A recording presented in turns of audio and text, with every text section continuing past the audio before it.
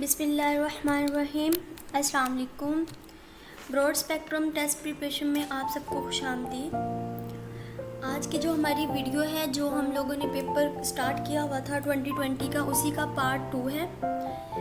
इस वीडियो में भी हम कुछ क्वेश्चंस को डिस्कस करेंगे, साथ में कुछ एडिशनल इन्फॉर्मेशन मैं आपके साथ शेयर करूंगी। इसलिए आपने इस वीडियो को बिल्कुल स्किप नहीं करना, एंड तक देखना है ताकि आप लोगों को इससे फ़ायदा हो। इससे पहले कि हम वीडियो की तरफ जाएं, अगर आपने हमारा चैनल सब्सक्राइब नहीं किया तो आपसे रिक्वेस्ट है कि आप हमारा चैनल सब्सक्राइब कर लें, साथ में बेल आइकन के बटन पर क्लिक करें ताकि आपको लेटेस्ट अपडेट मिलती रहे। चलिए चलते हैं आज की वीडियो की जानिब।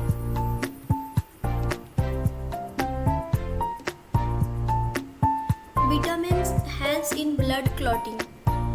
तो जो विटामिन के है, ये हमारी बॉडी के अंदर ब्लड क्लॉटिंग का काम करता है। इसी तरह जो विटामिन ए जो है, ये नाइट ब्लाइंडनेस काज करता है अगर इसकी डेफिशिएंसी हो जाए। विटामिन ए की डेफिशिएंसी से हमारे अंदर नाइट ब्लाइंडनेस काज होती है।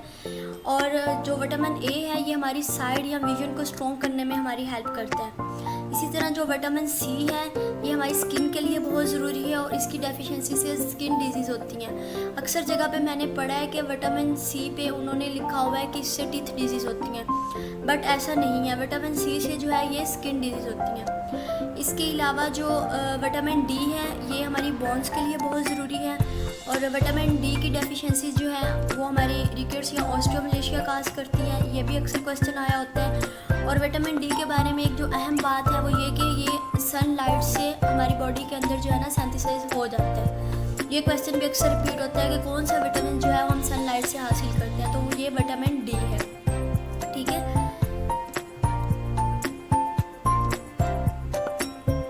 जो हमारा नेक्स्ट क्वेश्चन है यूजेनिक्स। ये बेसिकली एक बायोटेक्नोलॉजी से रिलेटेड टर्म है और इसके अंदर ये होता है कि हम डिफरेंट जीन्स की रिप्लेस करके या डिफरेंट चीज़ को इनकॉपरेट करके हम ह्यूमन के अंदर जो है ना वो डिफरेंट क्वालिटीज़ प्रोड्यूस करते हैं ह्यूमन पॉपुलेशन के अंदर या ह्यूमन स्पीशीज़ के अंदर। तो जो इसका राइट आंसर होगा वो यही होगा कि यूजेनिक्सिस जो है ना, ये हम इम्प्रूव करते हैं क्वालिटीज़ को किसके अंदर, ह्यूमन्स के अंदर करते हैं। ठीक है।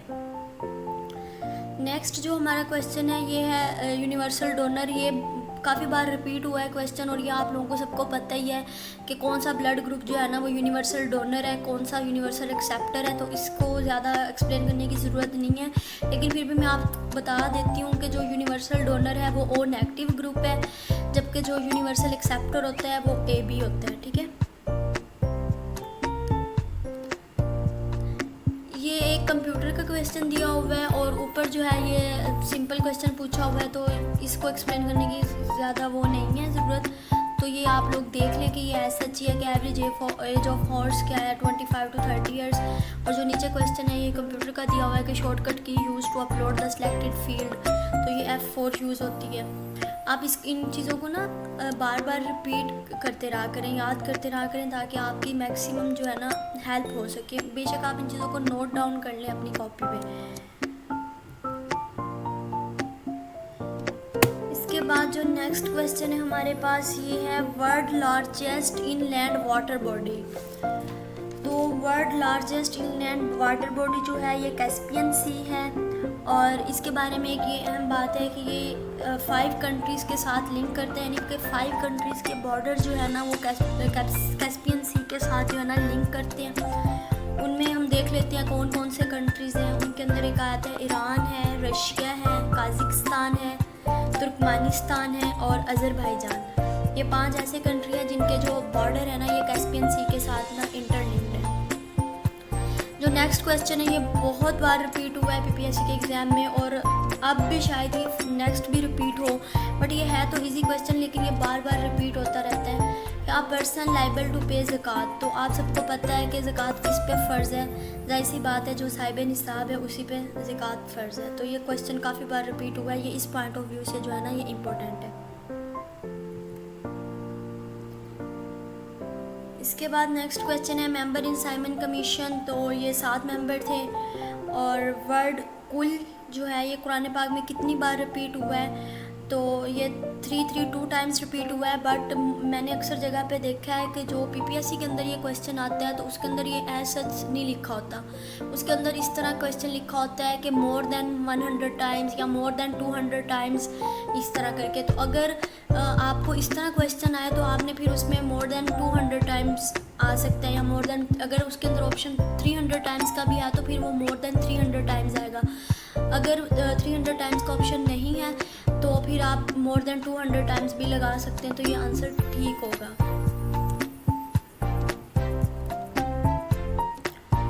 इसके बाद है ज़कात वाज कम्प्लीटली इन्फोर्स्ड इन। तो ज़कात जो है ये 2 हिजरी में इन्फोर्स्ड हुई थी। इसके अलावा इस्लाम में 2 हिजरी में क्या क्या हुआ था, और जो फर्स्ट बैटल है, फर्स्ट ग़ज़वा बदर जो है ये भी 2 हिजरी में हुई थी। इसके अलावा जो रोज़े फ़र्ज़ हुए हैं मुसलमानों पे ये भी 2 हिजरी में ही हुए थे, और इसके अलावा जो नमाज का हुक्म दिया गया है वो भी 2 हिजरी में है। तो ये चीज़ें कुछ ना आप नोट डाउन कर लें बेशक अपने पास कि इस्लाम में दो हिजरी को क्या कुछ हुआ था। तो मैंने आपको बता दिया, एक ज़कात 2 हिजरी में फ़र्ज़ हुई थी। इसके अलावा पहले ग़ज़वा जो ग़ज़वा बदर है ये भी 2 हिजरी में है। इसके अलावा जो रोज़े हैं ये भी 2 हिजरी में फ़र्ज़ हुए थे। तो ये आप लोग ना चीज़ें साथ साथ लिख लें। इसके बाद है who initiated the silk letter movement. अब ये सिल्क लेटर मूवमेंट क्या है, ये बेसिकली एक रेशमी रुमाल तहरीक भी कहते हैं इसको, ठीक है। और जो ये रेशमी रुमाल तहरीक है ये किसने स्टार्ट की थी, ये बेसिकली जो देवबंद लीडर्स थे ना उन्होंने ये स्टार्ट की थी 1913 में, और ये 1920 तक रही थी, ठीक है। और इसका जो बेसिक पर्पस था ना वो ये था कि इंडिया से जो ब्रिटिश रूल्स है ना उनको ख़त्म करना, ठीक है। मतलब इंडिया के अंदर जो ब्रिटिश रूल्स लागू थे उनको ये ख़त्म करने के लिए जो देवबंद लीडर्स थे ना उन्होंने इसको स्टार्ट किया था, और उसका जो नाम था वो महमूदुल हसन था, और इसका जो ड्यूरेशन है वो मैंने साथ में मेंशन कर दिया 1930 से 1920, और इसका जो सेकंड नाम है वो रेशमी रुमाल तहरीक भी कहते हैं इसको। आगे आता है कि वो कौन सा कंट्री था जिसने पाकिस्तान को बनने से के बाद सबसे पहले जो है ना एक्सेप्ट किया था या रिकॉग्नाइज़ किया था। तो ईरान ऐसा कंट्री है जिसने पाकिस्तान को सबसे पहले रिकॉग्नाइज़ किया था, जबकि इसके साथ जो अफ़गानिस्तान है उसने इनकार कर दिया था, डिनाई कर दिया था पाकिस्तान को मानने से पाकिस्तान के इंडिपेंडेंस के बाद। तो ये इसका जो राइट आंसर है वो ईरान है। और अगर ये आ जाए कि कौन सा कंट्री था जिसने रिकॉग्नाइज़ नहीं किया था तो वो अफ़गानिस्तान है, और बट अगर रिकॉग्नाइज की बात है तो वो ईरान है। इसके बाद जो क्वेश्चन है ये कंप्यूटर से रिलेटेड है। Thickness of a line is changed, इसको लाइन थिकनेस कहते हैं। सिंपल सा क्वेश्चन है ये, इसमें कोई बात नहीं ख़ास। इसके बाद जो क्वेश्चन है ये क्या है, Doklam stand of was between countries. तो ये एक डिस्प्यूटेड एरिया है और इसके बारे में पूछा हुआ है कि वो किन कंट्रीज़ के दरमियान है। तो ये चाइना और भूटान के दरमियान है, ठीक है। इसी तरह जो चाइना और इंडिया के दरमियान जो डिस्प्यूटेड एरिया है वो लादिख है, और जो नेपाल और इंडिया के दरमियान डिस्प्यूटेड एरिया है उसको कालाबानी कहते हैं। और पाकिस्तान और इंडिया के दरमियान जो है वो आप लोगों को बहुत अच्छे से पता है कि वो कश्मीर का ही है चल रहा, जो इनके दरमियान डिस्प्यूटेड एरिया है। इसके बाद पाकिस्तान का लिखा हुआ है कि डैम जो है वो कौन सा है जिसकी लार्जेस्ट कैपेसिटी है पाकिस्तान के अंदर। Dam has the largest storage capacity. तो पाकिस्तान का एक ही बड़ा डैम है तरबेला डैम, जो कि इंडस रिवर पे कंस्ट्रक्ट हुआ है, और इसकी जो कंस्ट्रक्शन टाइम है वो 8 ईयर्स है। और जो इसका ड्यूरेशन है यानी ये कब स्टार्ट हुआ था, तो ये 1968 से लेकर 1976 तक है इसका कंस्ट्रक्शन टाइम, ठीक है। और ये इंडस रिवर पे है, और इसकी कैपेसिटी जो है ये भी सबसे ज़्यादा है। तो ये आप नेट से देख लीजिएगा कि कितने जो है ना वो मिलियन एकड़ फीट जो है ना वाटर को स्टोरेज कर सकते हैं। इसके बाद जो हमारा क्वेश्चन है ये है ICS यूज्ड इन। ये बेसिकली है क्या, ये जो ICS जो होते हैं ना ये हैं कि ये इंटीग्रेटेड सर्किट्स हैं, ठीक है। और ये किस में यूज़ होते हैं, ये 3rd जनरेशन कंप्यूटर्स में यूज़ होते हैं। ये भी कंप्यूटर का क्वेश्चन आ जाता है। इसके बाद सिंपल सा क्वेश्चन है कि हैड सलमान की ऑन द रिवर। तो ये आप सबको पता होगा, रिवर सतलुज पे है हैड सलमान की।